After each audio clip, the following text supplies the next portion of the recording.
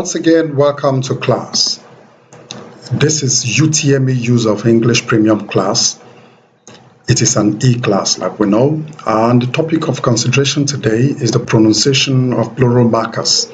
That is to say, nouns that when they occur as plural, so we'll always take plural markers, letter S. Now, the letter S is pronounced either this way. This is important. It's pronounced either as S, Z, or Is. All right. I am once again Samuel Ikechukwu Emochogu, your regular preceptor. This is part 1 of today's lesson. Now let's quickly get to the point of our lesson today, to the details, of course, of our lesson. Now, by way of introduction, pronunciation of plural markers. Now, like I said, there are words, nouns. For instance, when I have something like this, you say boy, it can take a plural marker S. Now, the point is, how is this S pronounced, right?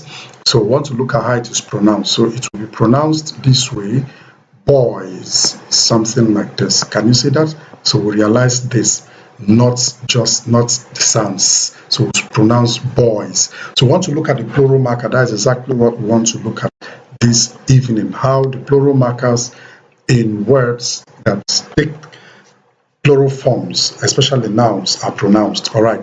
Now, so by way of introduction, the pronunciation of this plural marker can be realized in 3 different ways. The first one is pronounced S, like I said, as you can see there, S is pronounced. The second one is pronounced Z. Okay, and then the next one is pronounced. The next one is pronounced Is, as seen there, Is. Okay. Now, let's proceed further. It is pronounced as S when it comes after any of the listed voiceless consonants. So there are 9 voiceless consonants in English. Please take note. There are 9 voiceless consonants in English. And so, part of which include sound pa, sound pa, and f. Now, they are all voiceless consonants. Why are they voiceless consonants? When they are pronounced, there's no vibration around the region of the vocal cords. Of course, you know your vocal cords by now, so there's no vibration. The air is released without vibration. Now, if you take a look at this word, caps, look at it, caps, you realize that the last letter before letter S is a voiceless sound, or the last sound before the letter S is a voiceless sound. So you say cap. Caps. However, in the second group, it is pronounced Z when it comes after a vowel sound. Look at that.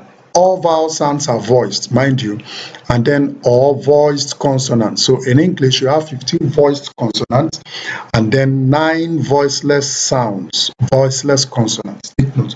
Now, among these voiced consonants, you have sounds like ba, g, g, v, g, and then all. Now they are all voiced consonants. There should be 15 of them. Now, after voiced consonants, take a look at this example. Paps. Can you see that? You realize that letter B there, as sound, is voiced. As sound is voiced, right? Now, after the voiced sound, what you're going to realize is caps. So that is to say, if you transcribe this, please take note, if you transcribe this, caps, right? This is what you're going to have. Caps. Take note. It is going to give you this, the sounds. However, the reason is because this is a voiceless consonant. However, when we transcribe this, okay, we are going to have something that looks like this. Caps. Can you see that? That's what we're talking about. Caps. And I hope this is clear enough. All right. Now, this is part 1. Very shortly, we are going to have part 2. But before we look at part 2, take a look at the last group there. The last group is of significance. Now, let's take a look at what happens there. The last group is pronounced is, as you can see, not s and not s. Now, it is pronounced is. What happens here? We realize that in this case, when we transcribe that word, when we transcribe this word bus, it is a single syllable bus, because it is pronounced at a stretch, right? However, when you now add the plural marker es here, okay, it is going to be pronounced as two-syllable word. So you're going to have something like this: bus, buses. Can you see this? That is what we're talking about, buses. So the addition of the plural marker makes it a two-syllable word, and so it is pronounced buses. Mind you, when it was a single word without a plural marker, you simply pronounce it as a monosyllabic word. That is a one-syllable word. Can you see that? This is how it is transcribed or pronounced, bus. But when you make it plural, it is now pronounced buses.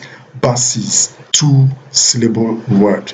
All right, this is part one. Very shortly, we will share part two. All right, once again, thank you for joining us.